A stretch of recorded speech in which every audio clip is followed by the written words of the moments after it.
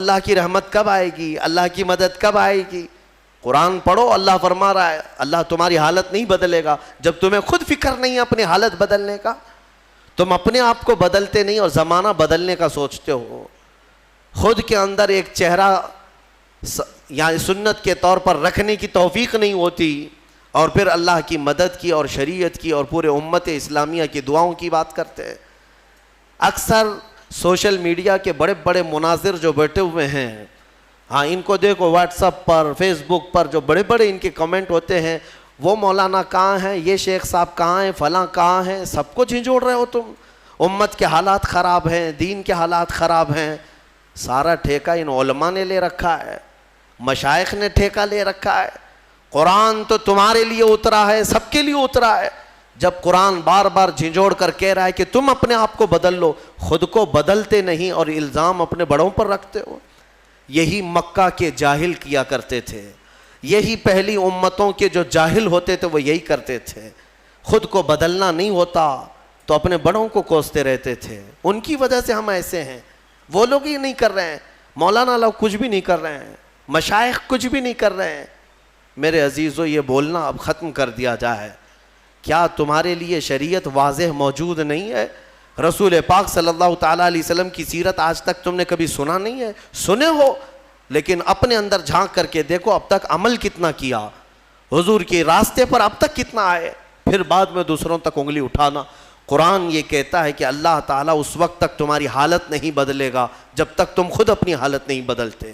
اس پر میں ایک واقعہ عرض کرتا ہوں. بغداد مقدس میں ایک بڑے بزرگ تھے, محمد جام رضی اللہ تعالیٰ, بڑے پائے کے بزرگ ہیں, صاحب کرامت بزرگ گزرے ہیں. یہ وہ دور تھا جب ہلاکو بادشاہ پوری دنیا میں اپنی درندگی پھیلا چکا تھا, جہاں جاتا تھا قتل عام کرتا تھا. یکے بعد دیگرے وہ ملک فتح کر رہا تھا, لاشوں کے انبار لگا رہا تھا. اس کی کرسی تو لوگوں کی لاشوں پر ہی لگتی تھی. ہلاکو نام سنا ہوگا آپ نے, بڑا ظالم بادشاہ. اور یہ جنگ کرتے کرتے جب اس کا ٹارگٹ بغداد ہو گیا, بغداد اس وقت مرکز اسلام کہلاتا تھا. علماء دین وہاں پر کثرت سے ہوا کرتے تھے, علم کی بڑی بڑی درسگاہیں وہاں پر موجود تھی, دانشور وہاں موجود تھے, صوفیہ موجود تھے. تو بغداد میں بڑی بڑی پرانی تاریخی کتابیں موجود تھیں. بغداد کو اس نے ٹارگٹ بنایا. سنیے, بغداد کو جب ٹارگٹ بنا کر اپنی فوج لے کر وہ بغداد پر چڑھائی کرنے کے لیے نکلا تو بغداد سے کافی فاصلے پر پڑاؤ کیا, ابھی کافی دور تھا. اور اس نے اپنے 2 سپاہیوں کو بھیجا کہ بغداد کا معائنہ کر کے آؤ, دیکھ آؤ لوکیشن کیا کیا کیسا ہے. تو اس کے سپاہی جب بغداد کے لیے نکلے تو لوگوں میں ہلچل مچ گئی, بہت سنسنی پھیل گئی کہ ہلاکو قریب آ چکا ہے اور بغداد کو تباہ کرنے والا ہے. کیونکہ سب تباہیاں انہوں نے دیکھ لی تھی, ہلاکو نے کیا کیا کون کون سے شہر برباد کیے, کتنوں کا قتل عام کیا, وہ سب کو پتا تھا. تو بغداد کے اکثر لوگ دوڑے دوڑے حضرت محمد جام کے پاس آئے, کہا کہ آپ ہمارے رہبر ہیں, آپ ہمارے رہنما ہیں, اللہ والے ہیں, ہمیں بچا لیں, آپ دعا کریں. ہلاکو جیسا ظالم بغداد پر ٹوٹ پڑا ہے. وہ اس وقت بیٹھے ہوئے تھے, ان کے ہاتھ میں کھٹوری تھی.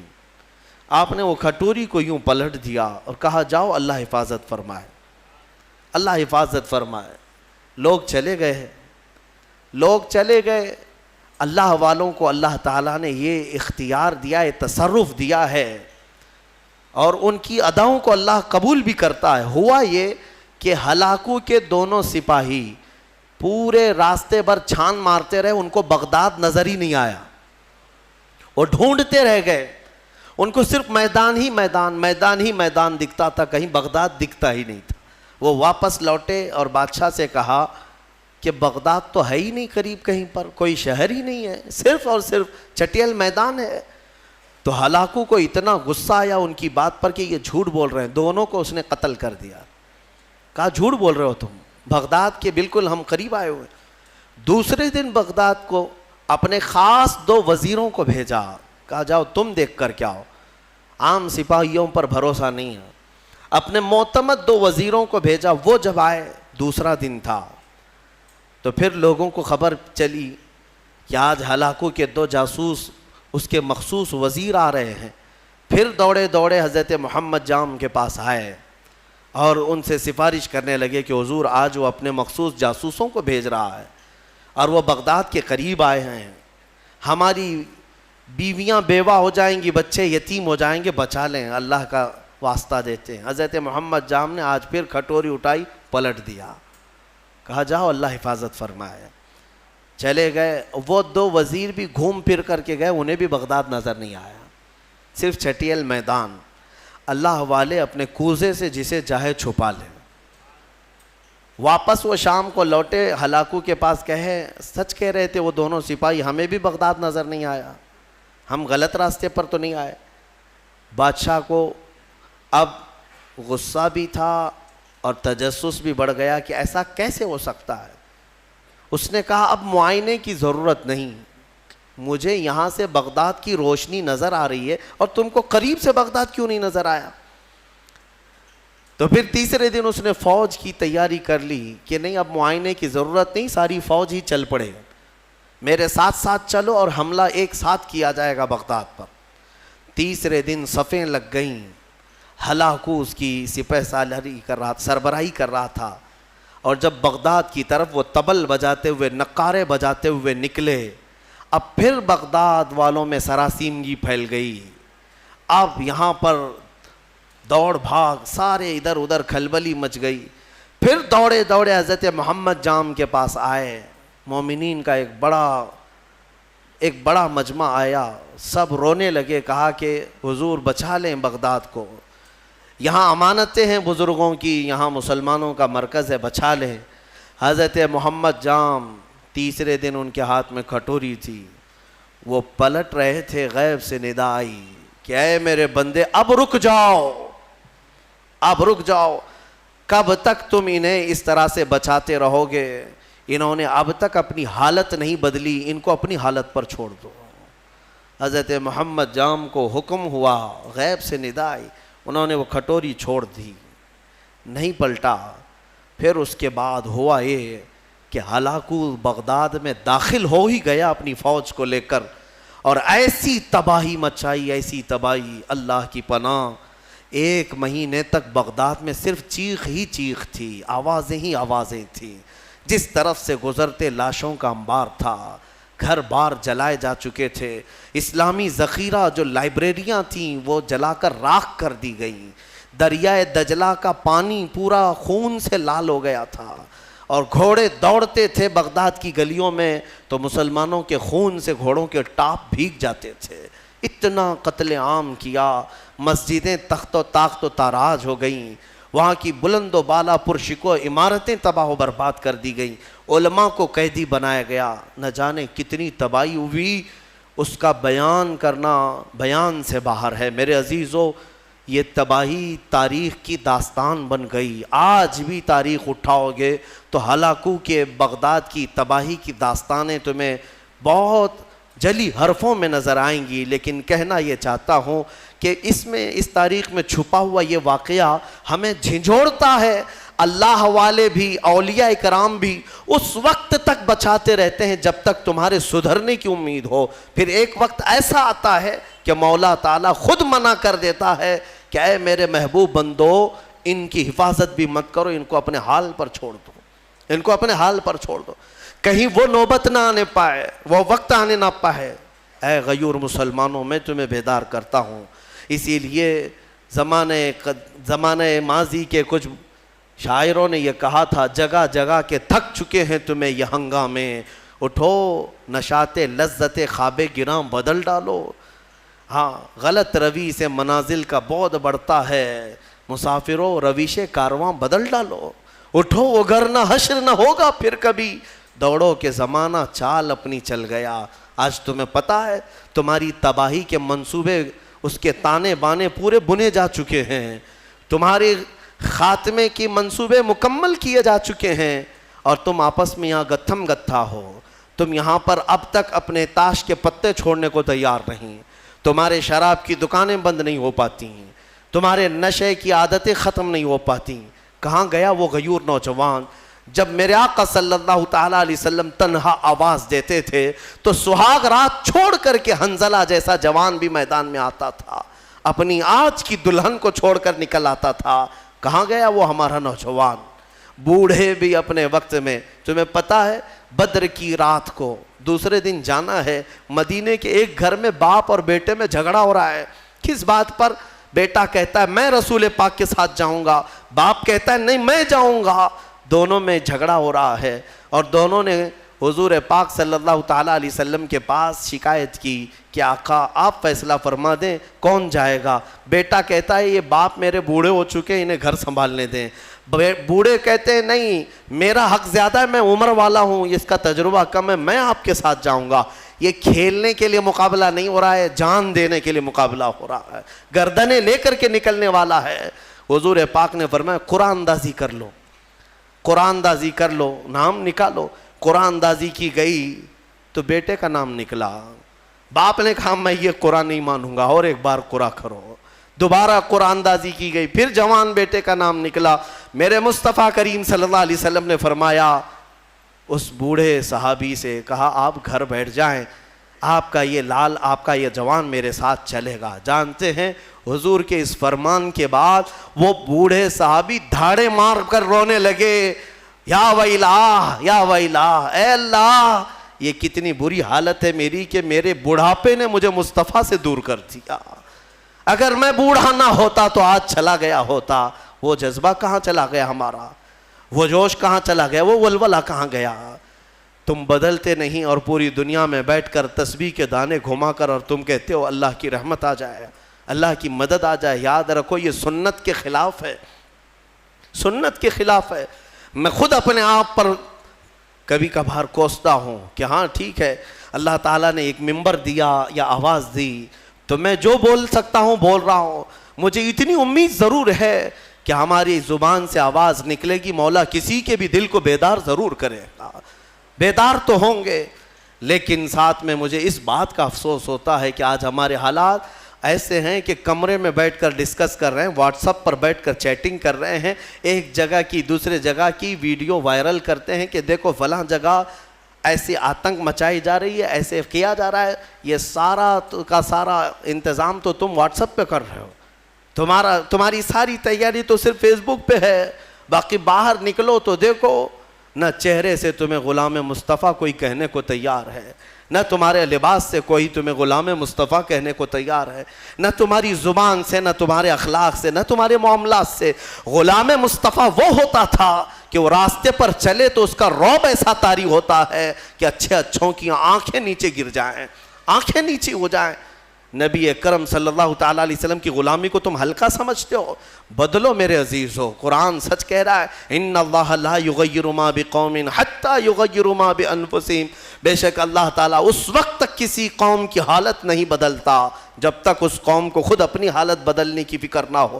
اسی لیے اقبال نے کہا تھا قوت فکر و عمل پہلے فنا ہوتی ہے، پھر کسی قوم کی شوکت پہ زوال آتا ہے، پھر کسی قوم کی شوکت پہ زوال آتا ہے۔ ہماری شوکت، ہماری شان، ہماری بان پر جو آج زوال آیا ہے اس سے پہلے ہمارے سوچ و بچار اور ہمارے عمل کی قوت فنا ہو گئی ہے۔ ہاں سب کچھ ختم کر کے اب ہم یہ زوال کے دن دیکھ رہے ہیں۔ بہت تیزی سے دن بدلے ہیں میرے عزیزو، ہماری آنکھوں کے سامنے بدلے ہیں۔ میں یہ نہیں کہہ رہا بدل رہے ہیں، بدل چکے ہیں۔ آج سے صرف 10 سال پہلے جاؤ، آج سے صرف 5 سال پیچھے بھی جاؤ، جو حالات تھے وہ آج بہت تیزی سے بدل چکے ہیں، اور پھر اگلے جو آئیں گے اتنے عرصہ بھی تمہیں مہلت نہیں دی جائے گی۔ دشمن گھات لگا کر اپنی کمین گاہوں سے تمہاری طاق میں ہے۔ اسی لیے میں نے کل بھی ایک جملہ کہا تھا کہ نشیمن سے دھواں اٹھتا ہے اور تم کہتے ہو ساون ہے، گھر میں آگ لگی ہے اور دھواں نکل رہا ہے اور تم کہہ رہے ہو ساون کا موسم چل رہا ہے۔ میرے عزیز بچوں، آج یہ گلی ڈنڈے کا وقت بھی نہیں، کرکٹ اور ہاکی اور فٹ بال کا وقت بھی نہیں ہے تمہارے پاس۔ تمہارے ہاتھوں میں قرآن عظیم آ جانا چاہیے، تمہاری زبانوں پر اب منغمات مصطفیٰ آ جانا چاہیے۔ تم پوچھو گے اس سے ہوگا کیا؟ تمہیں پتہ نہیں کیا ہوگا، تمہیں اندازہ بھی نہیں ہے۔ قرآن کی ایک آیت اگر مولا پہاڑوں پر نازل کرے تو وہ ریزہ ریزہ ہو جائیں گے، وہ ریزہ ریزہ ہو جائیں گے۔ کیا قرآن پر یقین نہیں ہے تمہیں؟ اللہ نے فرمایا لو انزلنا هذا القرآن على جبل لرأيته خاشعا متصدعا من خشیۃ اللہ، اگر ہم یہ پہاڑوں پر نازل کرتے تو تم دیکھتے کہ اللہ کی خشیت سے یہ ریزہ ریزہ ہو جاتے۔ آج تمہارے ہاتھوں میں اگر قرآن آ جائے اور تمہارے سینے میں بس جائے، پھر دیکھنا قرآن کی اس طاقت کو لے کر جس راہ سے گزرو گے دشمن ریزہ ریزہ ضرور ہوں گے، ضرور ہوں گے۔ آج تمہارے پاس جو طاقت ہے، قوت ہے، وہ قرآن ہے اور عشق مصطفیٰ ہے، اور عشق مصطفیٰ نعروں سے نہیں۔ ہاں آپ یہی کہیں گے کہ ہم تو عاشقان مصطفیٰ ہیں، ہم میلاد بھی مناتے ہیں، نعتیں بھی پڑھتے ہیں، نعرے بھی لگاتے ہیں سب۔ اگر نعرے لگانا اور نعت مصطفیٰ پڑھنا ہی عشق مصطفیٰ کی علامت ہوتی تو نہ بدر ہوتی، نہ احد ہوتا، نہ خندق ہوتی، نہ حنین، کچھ نہیں ہوتا۔ سب صحابہ بیٹھ کر مسجد نبوی میں ہی نعرے لگاتے، سب دشمن فنا ہو جاتے۔ ایسا نہیں ہے، پہلے میدان میں اپنے عمل کے ساتھ اترو، اپنے عمل کے ساتھ اترو۔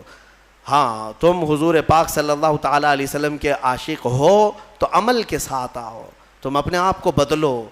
قرآن کی اس محکم آیت کے بارے میں آپ سے کہہ رہا ہوں، اللہ نے سچ فرمایا اس وقت تک وہ حالت نہیں بدلے گا جب تک تم اپنی حالت نہیں بدلتے۔ اب حدیث سنو، میرے آقا صلی اللہ علیہ وسلم فرماتے ایک بندہ اگر اپنے آپ کو بدلنا چاہے کتنا ٹائم لگنا چاہیے بدلنے میں؟ آپ کو کب تک؟ کچھ تو لمٹ ہوگی آپ بدلنا چاہیں۔ حضور فرماتے ہیں اگر کوئی بدلنا چاہے اور نکل پڑے مولا کے راستے پر، حضور فرماتے ہیں کہ اگر وہ ایک بالشت آگے بڑھے گا تو رب تبارک و تعالیٰ کی رحمت ایک ہاتھ آگے بڑھ جائے گی۔ اگر وہ چل کر کے آئے گا تو مولا کی رحمت دوڑ کر اسے لے گی۔ ہاں تمہارے صرف اٹھنے کی دیر ہے۔ تم نے بنی اسرائیل کے اس شخص کے بارے میں سنا نہیں؟ حدیث پاک میں، صحیح حدیث پاک، جس نے 100 لوگوں کا قتل کیا تھا، 100 لوگوں کا قتل کیا اور توبہ کے ارادے سے وہ نکلا۔ اسے ایک عالم دین نے بتایا کہ جاؤ بیت المقدس کی طرف، اللہ کے گھر کی طرف، تم جاؤ وہاں توبہ کرو، اللہ تعالیٰ تمہاری توبہ قبول کرے گا۔ وہ اپنے گھر سے نکلا، بیچ راستے میں اس کا انتقال ہو گیا، توبہ کرنے کی مہلت بھی نہیں آئی، ابھی اس جگہ پہنچا بھی نہیں تھا۔ یہ صرف اور صرف نکلا ہے اپنے آپ کو بدلنے کے لیے، اور بیچ میں موت بھی آ گئی۔ اور حدیث پاک میں عذاب کے اور رحمت کے دونوں فرشتے آئے، عذاب کے فرشتے جہنم میں لے جانے کے لیے، رحمت کے فرشتے جنت میں لے جانے کے لیے۔ کیوں؟ دونوں یہ کہہ رہے تھے، عذاب والے کہ یہ 100 قتل کر چکا ہے، گنہگار ہے، رحمت والے کہتے نہیں توبہ کی نیت سے نکلا تھا، صاف ہو رہا تھا۔ جبرائیل امین کو حکم بنا کر اللہ نے اتارا کہ دیکھو ان دونوں کے درمیان فیصلہ کرو۔ کیسے فیصلہ؟ اس کے گھر سے بیت المقدس تک کی زمین ناپو، یہ جہاں گرا ہے دیکھو، اگر بیت المقدس سے قریب ہے تو جنت والے لے جائیں، اگر دور گرا ہے تو دوزخ والے لے جائیں۔ ناپا گیا تو برابر بیچوں بیچ وہ انتقال کر کے گرا ہے، بیچوں بیچ، ادھر بھی برابر ہے ادھر بھی برابر ہے۔ اب کیا فیصلہ کیا جائے؟ دونوں جگہ کی مسافت سیم ہے۔ رب تبارک و تعالیٰ نے فرمایا جبرائیل امین سے، جبرائیل دیکھو منہ کس طرف کیا ہوا ہے۔ دیکھا گیا کہ وہ بیت المقدس کی طرف، اور ایک حدیث میں اللہ والوں کی بستی کی طرف منہ کیا ہوا تھا جب مرا ہوا تھا۔ رب تعالیٰ نے فرمایا رحمت والوں کو دے دو، رحمت والوں کے حوالے کر دو، اسے جنت لے جائیں۔ بدلنا چاہو تو مولا تعالیٰ اتنا تیز تمہیں بدل دیتا ہے، اور نہیں بدلنا چاہو تو تمہیں اسی طرح چھوڑ دیتا ہے۔ تو کچھ تو ہونی چاہیے ہمارے اندر احساس بدلنے کا۔ صرف اور صرف اگر کسی کو ایسا لگتا ہے کہ تقریریں سننا یہ ایک انٹرٹینمنٹ ہے تو میں کہتا ہوں یہ سننا بھی چھوڑ دو۔ اگر علماء کی تقریریں یا ہمارے بیانات سنتے ہو تو تمہاری زندگی میں انقلاب آنا چاہیے، تبدیلی کا مزاج پیدا ہونا چاہیے کہ کل تک میری نمازیں قضا ہوتی تھی، آج میں نماز کی پابندی کر لوں، اسی لیے کہ مجھے کل قیامت کے دن حساب دینا ہے۔ اور اس کے علاوہ آج کے حالات کیا جھنجھوڑتے نہیں ہیں تمہیں؟ آج کے حالات نہیں جھنجھوڑ رہے تمہیں؟ ظالم سر پر آپ ننگا ناچنے کے لیے تیار کھڑے ہیں۔ وہ دن تمہارے سامنے آئیں گے، تم دیکھو گے کہ بچوں کے خون سے یہ ہولی کھیلیں گے. ہاں یہ دن آئیں گے، قریب ہے. ہر جگہ پر فتنہ و فساد، ہر جگہ پر خون ریزی، ہر جگہ پر قتل و غارت. حضرت نعمت اللہ شاہ کرمانی 800 سال پہلے کے ایک بزرگ ہیں، ان کی پریڈیکیشن بہت مشہور ہے. انہوں نے جو پیشن گوئیاں 800 سال پہلے کی تھیں وہ سب کی سب آج ثابت ہوتی نظر آ رہی ہیں. انہوں نے ہندوستان کے پورے حالات کے بارے میں پیشن گوئیاں کی ہیں، ان کی پوری کتاب موجود ہے فارسی میں. انہوں نے اپنے زمانے کے بعد ہونے والے حالات میں سب بتایا، کون سا بادشاہ آئے گا، کتنے سال حکومت کرے گا، کیا کیا ہوگا، اور آج کے حالات تک انہوں نے بیان کیے. اس میں انہوں نے ایک بات یہ بھی بیان کی ہے، میں یہ نہیں کہتا کہ ہم جو ہے آنکھ بند کر کے ہر چیز پر یقین کریں گے، مستقبل جو بھی ہے وہ اللہ کے دست قدرت میں ہے، اللہ ہی بہتر جانتا ہے. لیکن بزرگوں نے علم لدنی سے، اللہ تعالیٰ کا جو خاص علم انہیں ملا ہو، اس سے کبھی کبھار کچھ باتیں بیان کرتے ہیں. انہوں نے یہ بیان کیا کہ ایک وقت آئے گا ہند پر، جب دریائے اٹک کا ایک نام لیا انہوں نے، یا پھر تبت کے پاس کہ ایک دریا ہے یا ایک میدان ہے، وہ 3 بار پورے خون سے بھر جائے گا، اتنا قتل عام کر دیا جائے گا. سوچ سوچ کر کے کبھی ہمارے رونگٹے کھڑے ہو جاتے ہیں. عزیزان گرامی وقار، جب بارش بہت تیز آتی ہے تو پھر لوگ چھت کے نیچے چلے آتے ہیں یا چھاتا نکال لیتے ہیں. اور تم کون سی زندگی گزار رہے ہو؟ فتنوں کی بارش اور ظلم کی بارش اتنی تیز ہو چکی کہ تم مصطفیٰ کریم کی چھت کے نیچے بھی آنا نہیں چاہتے، اور نہ ہی اخلاق مصطفیٰ کی چھتری لینا چاہتے ہو. کون سی زندگی میں ہو؟ بدلو اپنے آپ کو. میرے رب تبارک و تعالیٰ کا فرمان حق ہے، ورنہ حالات ہم نے یہ بھی دیکھے ہیں. زندگی تمہاری 80 سال کی ہو جائے، اگر ایک جگہ بیٹھ کر کے تم انتظار کرتے رہے تو کچھ تبدیل نہیں ہونا ہے. وہ خالق اسباب ہے، ساری چیزیں اسباب پر رکھا ہے. مولا اگر چاہے تو ڈائریکٹ آسمان سے تمہارے منہ میں روٹی ڈال دے، لیکن اس کی مرضی ایسی نہیں. اس کی منشا یہ ہے کہ پہلے بیج بو، پھر فصل آئے، پھر اس کے بعد کٹائی ہو، پھر اس کے بعد پسائی ہو، پھر آٹے کی گندھائی ہو، پھر اس کے بعد روٹی بنے، پھر توے پر جائے، پھر پک کر تمہارے منہ میں آئے.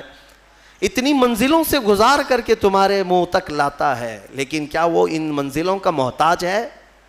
وہ ڈائریکٹ تمہیں رزق کھلا سکتا ہے، لیکن اس نے پوری کائنات کو اسباب پر رکھا ہے. اس لیے میں تمہیں سمجھا رہا ہوں کہ صرف اور صرف تم اس یقین پر نہیں رہنا کہ ہم ان کا دامن پکڑیں، ان کا دامن پکڑیں، سب ہو جائے گا. دامن پکڑے رہو لیکن حرکت بھی کرتے رہو. ہاں، بغیر حرکت کیے، مثال کے طور پر سمندر میں آپ تیر رہے ہو، چاہے اچھے سے اچھے تیراک کا دامن پکڑے رہو اور اپنے ہاتھ پیر ڈھیلے چھوڑ دو، اس کو بھی لے جاؤ گے تم. اس کے لیے کیا ہو جاؤ گے؟ میرے عزیزو، آپ اپنے ہاتھ پیر تو چلاؤ، عمل کے میدان میں آپ خود تو آؤ. اب یہ آیات کریمہ کے بعد جو آخری میں ہم نے آیت تلاوت کی ہے وہ یہ تھی. اللہ تعالیٰ فرماتا ہے، یہ ہمارے حوصلے کے لیے بھی ہے. اللہ تعالیٰ فرماتا ہے وَلَا تَحْسَبَنَّ اللَّهَ غَافِلًا عَمَّا يَعْمَلُ الظَّالِمُونَ. لوگوں، ہرگز یہ گمان مت کرنا کہ اللہ ظالموں کے کاموں سے بے خبر ہے. ظالموں کے کسی کام سے اللہ بے خبر نہیں. وہ جو کچھ بھی کر رہے ہیں مولا سب دیکھ رہا ہے، ہر چیز دیکھ رہا ہے، اور انجام بہت قریب ہے. انما یؤخرہم لیوم، اللہ انہیں ڈھیل دیا ہوا ہے. قرآن میں رب تعالیٰ فرماتا ہے انہیں ڈھیل دیتا ہے اس دن کے لیے جب سب کی آنکھیں دیکھیں گی کہ یہ کس پلٹی کھائیں گے، کیسی پلٹی کھائیں گے. اب میں یہاں پر بھی یہی کہوں گا کہ ظالم جس قدر بھی ظلم کر لیں، ایک وقت آئے گا جب میرے مولا کی پکڑ ہوگی. چنگیز نہیں بچا، ہلاکو نہیں بچا، فرعون، قارون، شداد، حامان، ابو جہل، ابو لہب، یہ سب اپنے ظلم کی داستان لکھ کر کے چلے گئے. ان کے نشانات نہیں رہے تو فی زمانہ ہمارے زمانے کا بھی کوئی ظالم زندہ نہیں رہے گا. رب تبارک و تعالیٰ کی پکڑ آئے گی یہ اور بات ہے کہ ایک بڑے بزرگ نے لکھا ہے، وہ بہت اچھی لگی مجھے بات. فرمایا کہ اگر اللہ تبارک و تعالیٰ کسی قوم سے ناراض ہو، اللہ کسی قوم سے ناراض ہو تو سزا کے طور پر انہیں حاکم ظالم دے دیتا ہے. ظالم حاکم ہی اس قوم کی سزا ہے. اکثر یہ دیکھا گیا ہے کہ قوم کی سزا ظالم حاکم ہی بن جاتا ہے. رب تعالیٰ کی طرف سے ایسے یہ انجام ہوتے ہیں میرے عزیزوں. پھر جب اجتماعی توبہ کرو گے، اپنے آپ کو بدلو گے، تو مولا بھی یہ کائنات کے سارے اس نظام کو بدل دے گا. اور ایک آیت یہ بھی میں سنا دوں، اللہ فرماتا ہے اگر تم نہیں چینج ہونا چاہتے، طے کر کے رکھے ہو کہ جیسے ہم ویسے ہی رہیں گے، بولنے دو مولانا لوگوں کو، ہم جیسے ویسے ہی رہیں گے. ان یشاء یذھبکم، اللہ فرماتا ہے اگر تم یہ نہیں چاہتے بدلو، اگر اللہ چاہے تو تم سب کو ختم کر دے گا. وَيَسْتَخْلِفْ مِن بَعْدِكُم مَّا يَشَاءُ، تمہارے بعد پھر جسے وہ پسند کرے گا اس کو اپنی زمین پہ لائے گا، پھر کسی اور قوم کو وہ بسائے گا. ہم سے پہلے بھی قومیں آباد رہی ہیں. تم سے نظام کائنات نہیں ہے، تم سے دنیا نہیں چل رہی ہے، تمہاری وجہ سے سورج اور چاند کا نظام نہیں ہے. تمہیں تو اللہ تبارک و تعالیٰ نے اس کائنات میں ٹھہرنے کا موقع دیا ہے. اگر تم یہ سمجھ رہے ہو کہ میرے ہی سے سب چل رہا ہے تو خام خیالی ہے. ہاں، بدلنے کی اپنے آپ کو فکر آج ہی سے طے کر لو. رمضان ہے، بہترین موقع ہے. اللہ رب العزت کو گواہ بناؤ، میرے مصطفیٰ کو حاضر و ناظر مان کر ان کے دربار میں یہ کہہ دو ایک بار میرے آقا کو شاہد مانتے ہو، میرے آقا کو حاضر مانتے ہو، میرے آقا کو ناظر مانتے ہو، تو پھر ان کے سامنے ہاتھ جوڑ کر کے یوں کہو میں مجرم ہوں آقا مجھے ساتھ لے لو، میں مجرم ہوں آقا مجھے ساتھ لے لو، کہ رستے میں ہیں جا بجا تھانے والے، چمک تجھ سے پاتے ہیں سب پانے والے، میرا دل بھی چمکا دے چمکانے والے، برستا نہیں دیکھ کر ابر رحمت، ہم بدوں پر بھی برسا دے برسانے والے. ایک میں کیا میرے عصیاں کی حقیقت کتنی، مجھ سے 100 لاکھ کو کافی ہے اشارہ تیرا. یا رسول اللہ تو جو چاہے تو میل میرے دل کے دھلیں، کہ خدا دل نہیں کرتا کبھی میلا تیرا. یا رسول اللہ تیرے ٹکڑوں پہ پلیں، غیر کی ٹھوکر پہ نہ ڈال، جھڑکیاں کھائیں کہاں چھوڑ کے صدقہ تیرا. گندے نکمے کمی مہنگے ہیں کوڑی کے 3، کون ہمیں پالتا تم پہ کروڑوں درود. اور بے ہنر و بے تمیز کس کو ہوئے ہیں عزیز، ایک تمہارے سوا تم پہ کروڑوں درود. کر کے تمہارے گناہ مانگے تمہاری پناہ، اور تم کہو دامن میں آ تم پہ کروڑوں درود. بخش دو جرم و خطا تم پہ کروڑوں درود. گرچہ ہیں بے حد قصور تم ہو عفو و غفور، گرچہ ہیں بے حد قصور تم ہو عفو و غفور. بخش دو جرم و خطا تم پہ کروڑوں درود. رزق کے قاسم ہو تم، خلق کے حاکم ہو تم، جو ملا تم سے ملا تم پہ کروڑوں درود. یا رسول اللہ تم ہو حفیظ و مغیث، کیا ہے وہ دشمن خبیث. تم ہو حفیظ و مغیث، کیا ہے وہ دشمن خبیث. تم ہو تو پھر خوف کیا تم پہ کروڑوں درود. بس یہ اعلیٰ حضرت نے ہمیں سکھایا ہے، یہ اعلیٰ حضرت نے ہمیں سکھایا ہے. جس دن تم بیدار ہو کر میرے نبی کو شاہد مان کر کے یہ کہہ لو گے، انشاءاللہ وہ بدلیاں چھٹ جائیں گی، وہ ابر ہٹ جائے گا، یہ ظالموں کی نحوست ختم ہو جائے گی.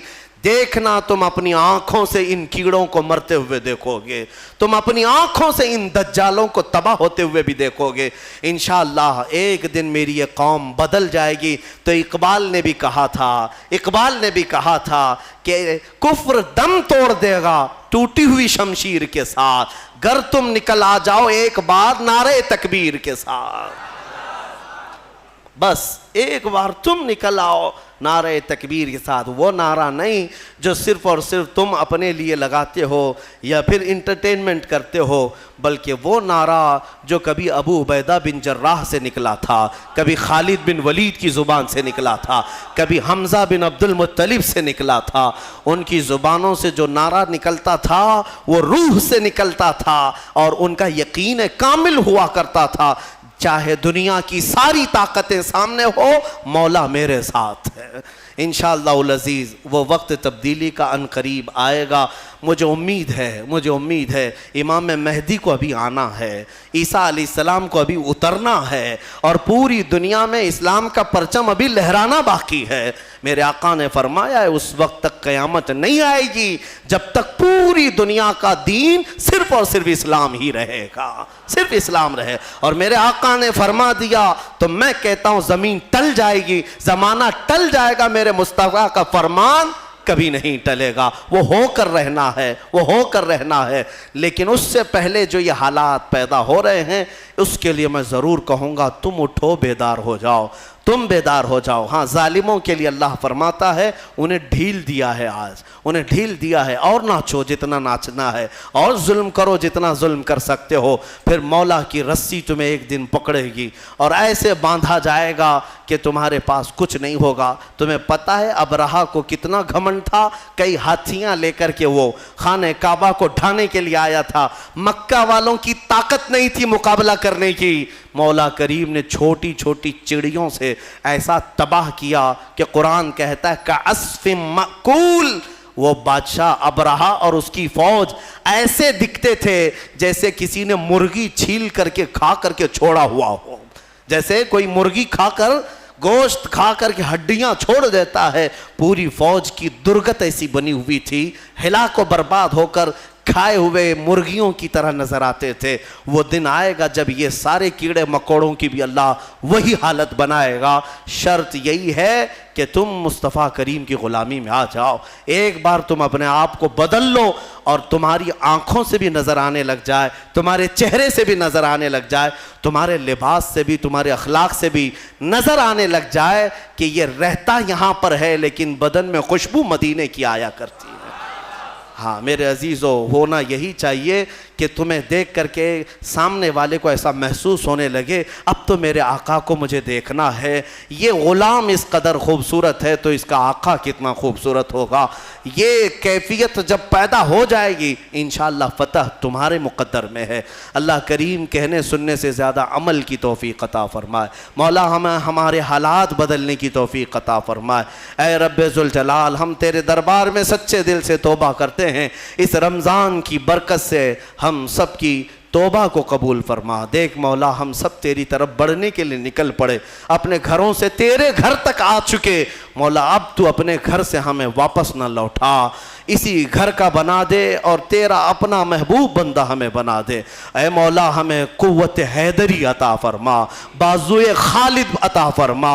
اے رب ذوالجلال شجاعت صلاح الدین عطا فرما، تاکہ تیرے حبیب پاک کی امت پر آئے ہوئے ان مصائب کا ہم ڈٹ کر کے مقابلہ کر سکیں۔ اے کریم خدا ہماری ایمان میں قوت اور شجاعت عطا فرما، ہم سب کو ثابت قدمی عطا فرما۔ مولا ہماری قوم کے بچوں کو، جوانوں کو، بوڑھوں کو، ہمارے علماء کو، مشائخ کو بزدلی سے نجات عطا فرما دے، بزدلی سے آزاد فرما دے۔ مولا جب تک جئیں سر اٹھا کر تیرے حبیب کی غلامی میں جئیں، اور جب موت کا وقت آئے تو مولا تیرے نعروں کے ساتھ ہمارا لاشا اٹھایا جائے۔ وآخر دعوانا الحمدللہ رب العالمین۔